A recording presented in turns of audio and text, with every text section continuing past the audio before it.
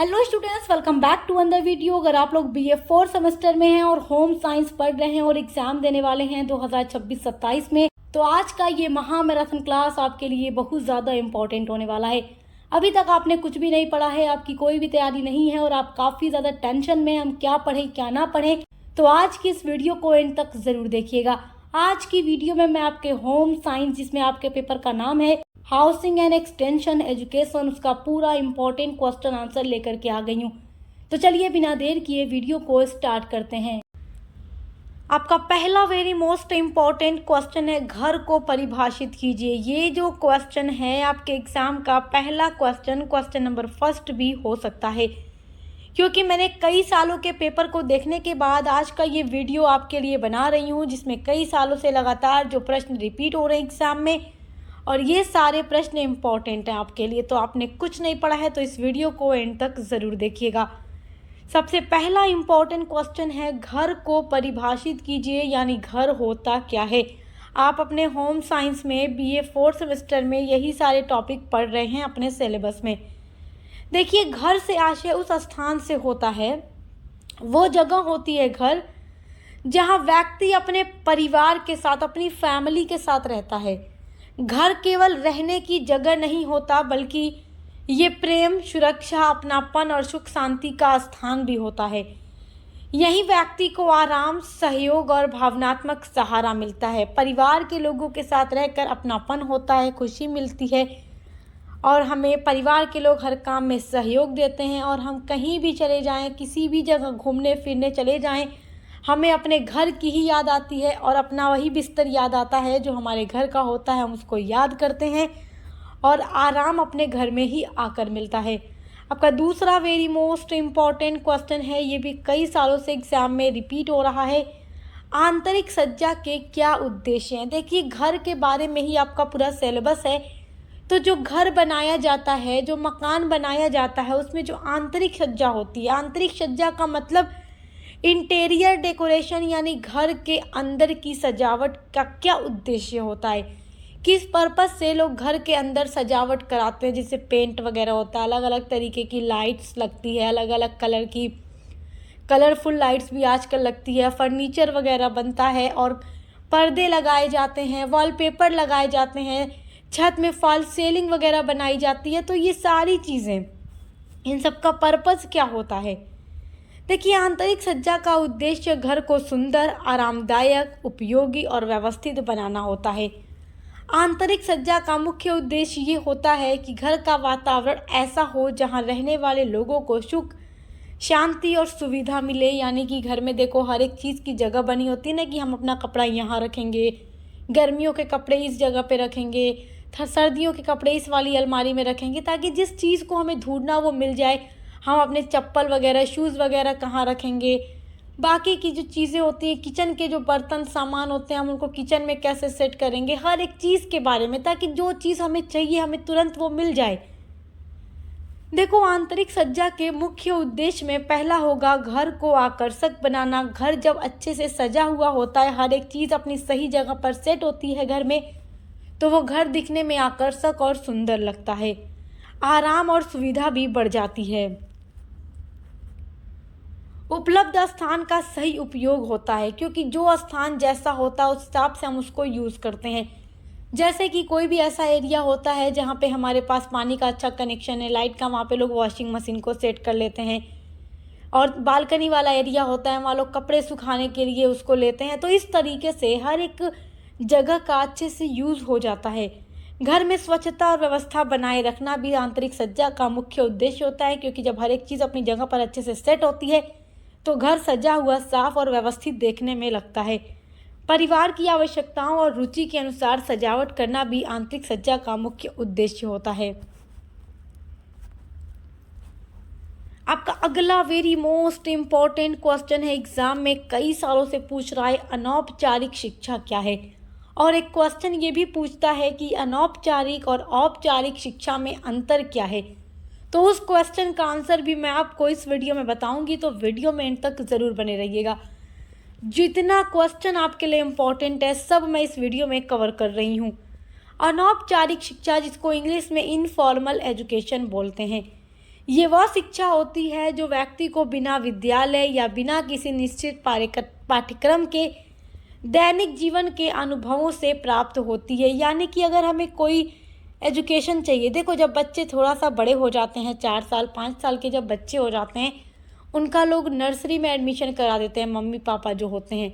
फिर बच्चे स्कूल जाते हैं, यूनिफॉर्म पहनते हैं, टाइम से स्कूल जाते हैं, जो स्कूल की टाइम होती है, जो छुट्टी की टाइम होती है उस टाइम छुट्टी हो जाती है, लंच की टाइम में लंच करना होता है, टिफ़िन वगैरह ले जाते हैं, उसको खाते हैं, पीते हैं पानी वगैरह, फ्रेश होते हैं और जिस पीरियड में जो भी सब्जेक्ट हमें पढ़ना होता है हम वो पढ़ते हैं, तो वो औपचारिक शिक्षा हो जाती है। लेकिन अनौपचारिक शिक्षा ऐसी होती है जो हम विद्यालय में जाकर नहीं पढ़ते, बल्कि अपने घर में अपने मम्मी पापा, अपने परिवार के लोगों, अपने भाई बहन, दादी दादा, अपने दोस्तों, समाज में रहने वाले लोगों से जो शिक्षा प्राप्त करते हैं।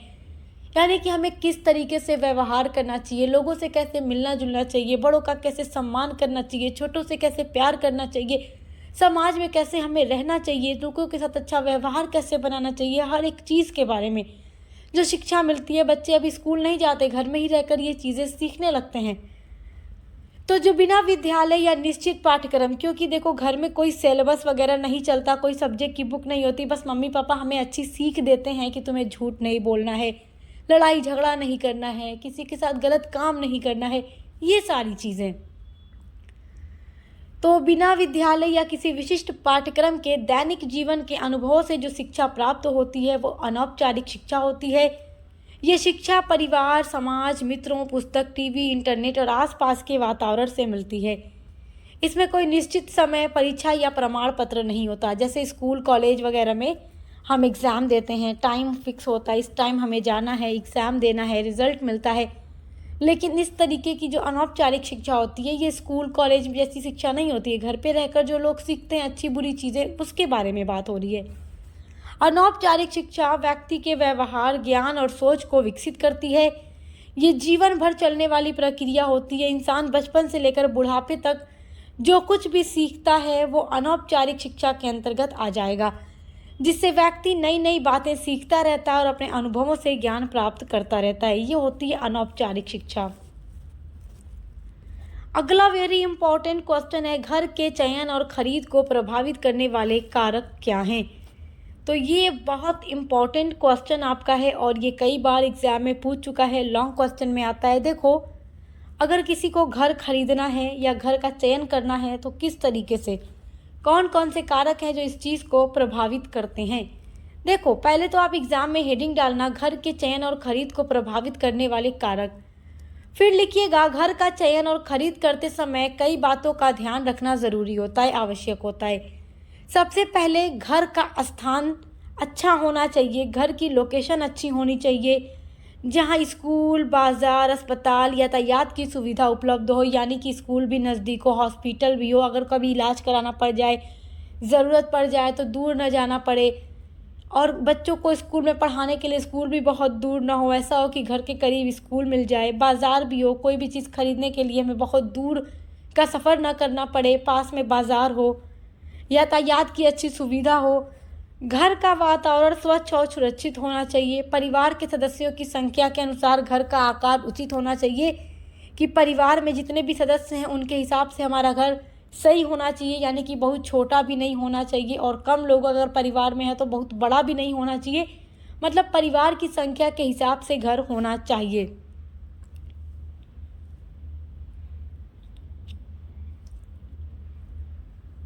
घर की कीमत व्यक्ति की आय और बजट के अनुसार होनी चाहिए। यानी कि अगर कोई व्यक्ति घर खरीद रहा है तो उसको अपना बजट देखना चाहिए, अपनी इनकम देखनी चाहिए, उस हिसाब से खरीदना चाहिए। ये नहीं कि अगर इनकम कम है, आय कम हो रही है तो वो उससे महंगा घर खरीद ले, अपने ऊपर लोड नहीं लेना चाहिए। अपने बजट के अनुसार ही घर का चयन करना चाहिए। बिजली, पानी और सड़क जैसी आवश्यक सुविधाएं भी वहां उपलब्ध होनी चाहिए। इसके अलावा घर का जो निर्माण है वो मजबूत और टिकाऊ होना चाहिए। ये सारी चीज़ें ज़रूर देखनी चाहिए ताकि भविष्य में कोई परेशानी ना हो। तो घर का चयन या खरीदते समय ये सारे कारक प्रभावित करते हैं।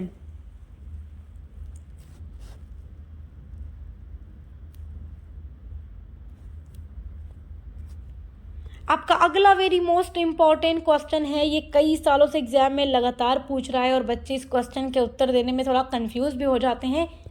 मकान और घर में अंतर लिखिए। तो अब मकान और घर में क्या अंतर है, बच्चे थोड़ा कंफ्यूज हो जाएंगे कि मकान और घर में क्या अंतर हो सकता है, दोनों तो सेम चीज़ है। तो बहुत अंतर है, देखिए थोड़ा मोड़ा अंतर है। अब बता देती हूँ क्या है, ताकि आपके लिए क्वेश्चन का आंसर देना आसान हो जाए। पहले तो हेडिंग डालिएगा मकान और घर में अंतर, फिर लिखिएगा देखिए जो मकान होता है ना, वो ईंट, सीमेंट, लकड़ी और लोहे से बना एक भौतिक ढांचा होता है। यानी कि घर बनाने के लिए हमें ईंट चाहिए, सीमेंट चाहिए, ये सारी चीज़ें चाहिए। फर्नीचर वगैरह बनवाने के लिए हमें लकड़ी वगैरह चाहिए, गेट लगाने के लिए लोहा वगैरह की ज़रूरत होती है। तो इन सब चीज़ों से बना एक भौतिक ढांचा ही मकान होता है, जिसका उपयोग रहने के लिए किया जाता है। और मकान बनवाकर लोग उसका क्या यूज़ करते हैं, उसमें रहते हैं अपनी फैमिली के साथ। इसमें केवल रहने की सुविधा होती है। और दूसरी अगर हम देखें तो घर वह स्थान होता है जहाँ परिवार के सदस्य प्रेम, अपनापन, सुरक्षा और खुशी के साथ रहते हैं। घर में भावनात्मक संबंध और पारिवारिक वातावरण होता है। मकान केवल एक इमारत है, जबकि घर भावनाओं और रिश्तों से जुड़ा होता है। हर घर एक मकान होता है, लेकिन हर मकान घर नहीं हो सकता। यानी कि देखो, जब मकान बनाया गया तो मकान में परिवार आकर रहने लगा, तो वहाँ परिवार का अपनापन हो गया, प्रेम हो गया, सुख शांति हो गई, एक दूसरे का सहयोग हो गया, प्यार हो गया, पारिवारिक वातावरण है, तो वो मकान अब घर बन गया है। लेकिन अगर मकान बन गया उसमें कोई नहीं रहता, तो हर मकान घर नहीं होता, लेकिन हर घर मकान ज़रूर होता है। घर व्यक्ति को मानसिक शांति और सुख प्रदान करता है। तो आई होप कि आप मकान और घर के बीच अंतर को समझ गए होंगे। आपका अगला वेरी इंपॉर्टेंट क्वेश्चन है, प्रसार शिक्षा क्या होती है। This is very important question. ये हर साल एग्ज़ाम में पूछा जाता है, हर यूनिवर्सिटी के एग्ज़ाम में। प्रसार शिक्षा वह शिक्षा होती है जो लोगों तक ज्ञान और नई जानकारी पहुंचाने के लिए दी जाती है।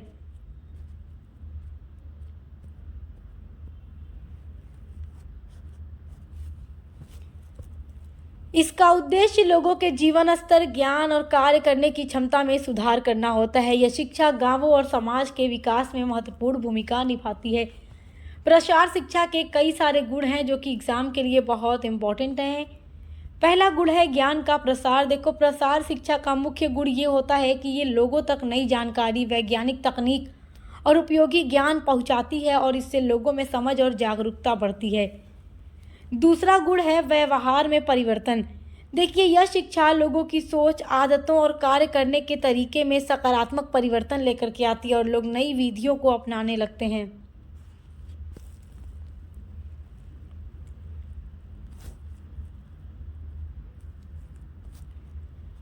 तीसरा आपका गुण हो जाएगा प्रसार शिक्षा का व्यवहारिक शिक्षा। प्रसार शिक्षा केवल पुस्तकीय ज्ञान तक सीमित नहीं होता, किताबी ज्ञान तक सीमित नहीं होता, बल्कि दैनिक जीवन और कार्य से संबंधित उपयोगी जानकारी भी प्रदान करता है। चौथा गुण हो जाएगा सामाजिक विकास। ये समाज में सहयोग, जागरूकता और विकास की भावना उत्पन्न करती है। इससे समाज की आर्थिक और सामाजिक स्थिति भी बेहतर हो जाती है। पांचवा गुण हो जाएगा, देखिए पॉइंट पांचवा होगा जीवन स्तर में सुधार। देखो, प्रसार शिक्षा जीवन स्तर में भी सुधार करती है। नई जानकारी और तकनीकों के प्रयोग से लोगों की आय, स्वास्थ्य और रहन सहन में सुधार होता है।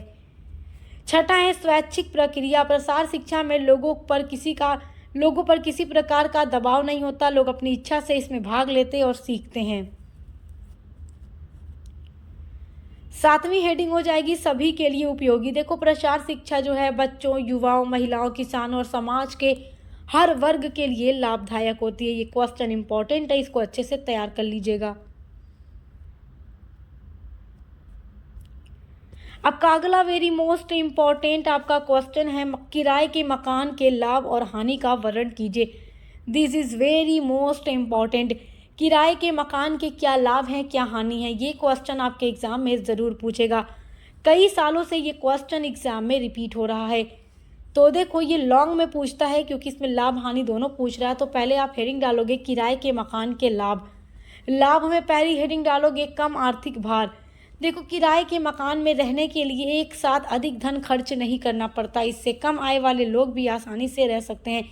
अगर अपना अस्थाई मकान खरीद कर बनवाना होगा तो उसमें काफ़ी ज़्यादा पैसे खर्च होंगे, और जो लोग कम रुपए पैसे कमाते हैं उनके लिए कम आर्थिक भार होता है। वो हर महीने मतलब वो एक घर ले लेते हैं किराए पर, हर महीने उसका क्या करते हैं, किराया देकर अच्छे से अपनी फैमिली लेकर रहते हैं।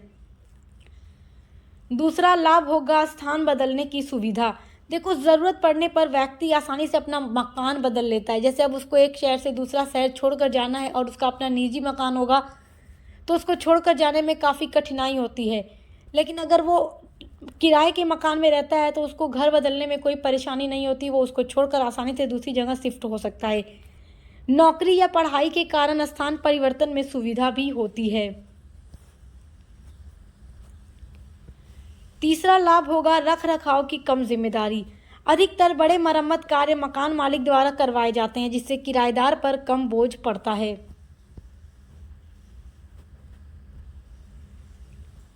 चौथा लाभ है कम जोखिम। मकान खरीदने की तुलना में किराए पर रहने में आर्थिक जोखिम कम होती है, क्योंकि मकान अगर खरीदा जाए तो उसमें ज़्यादा पैसे लगते हैं। पांचवा लाभ होगा सुविधाजनक स्थान। कई बार लोग कम खर्च में अच्छी जगह पर किराए का मकान प्राप्त कर लेते हैं, जहां बाजार, स्कूल और अस्पताल सभी की सुविधा होती है। तो ये सब किराए के मकान के लाभ हो गए। आइए अब देखते हैं किराए के मकान की क्या हानियां हैं। पहली हानि है स्थायित्व की कमी। किराएदार को हमेशा मकान खाली करने का डर बना रहता है। उसको ये डर रहता है कि कब मकान मालिक घर को खाली करवा दे और उसको घर खाली करके जाना पड़ेगा। वह लंबे समय तक एक ही स्थान पर अस्थायी रूप से नहीं रह सकता।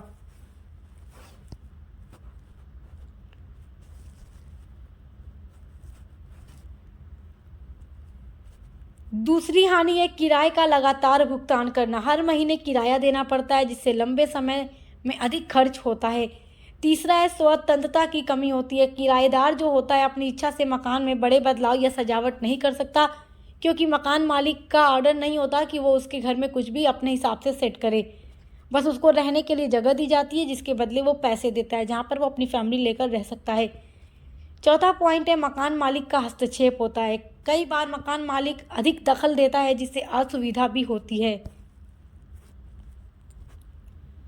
पांचवा है किराया बढ़ने की समस्या। देखो, समय समय पर किराया बढ़ सकता है, जिससे आर्थिक बोझ भी बढ़ जाता है। तो ये सब क्या है, किराए के मकान की हानि है, यानी नुकसान है। आई होप कि आप समझ गए होंगे। इस क्वेश्चन को अच्छे से तैयार रखिएगा, because this is very very most important question. आपका अगला वेरी मोस्ट इम्पॉर्टेंट क्वेश्चन है, this is very important question, औपचारिक और अनौपचारिक शिक्षा में अंतर लिखिए।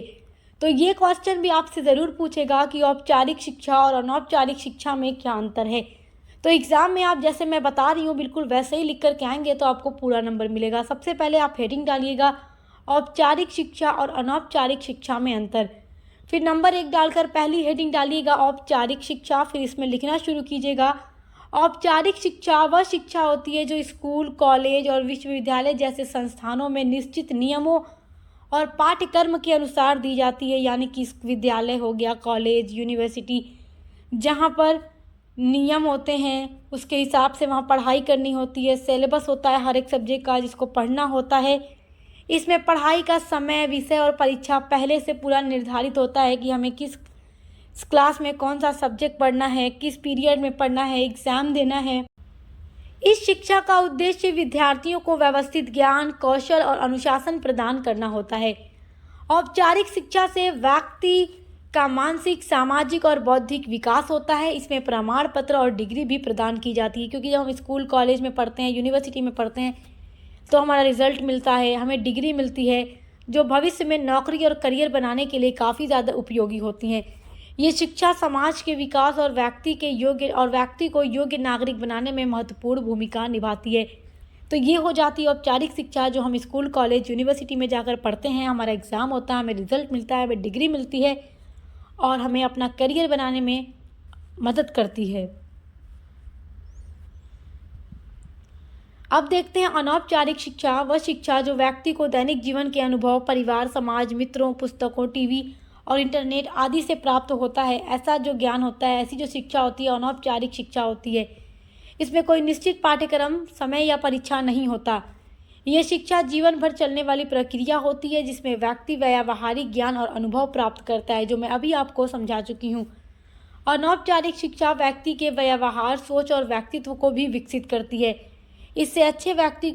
इससे व्यक्ति अच्छे संस्कार, सामाजिक व्यवहार और नई जानकारियाँ सीखता है। ये शिक्षा सरल, स्वाभाविक और सभी के लिए उपयोगी होती है तथा जीवन को बेहतर बनाने में सहायता करती है।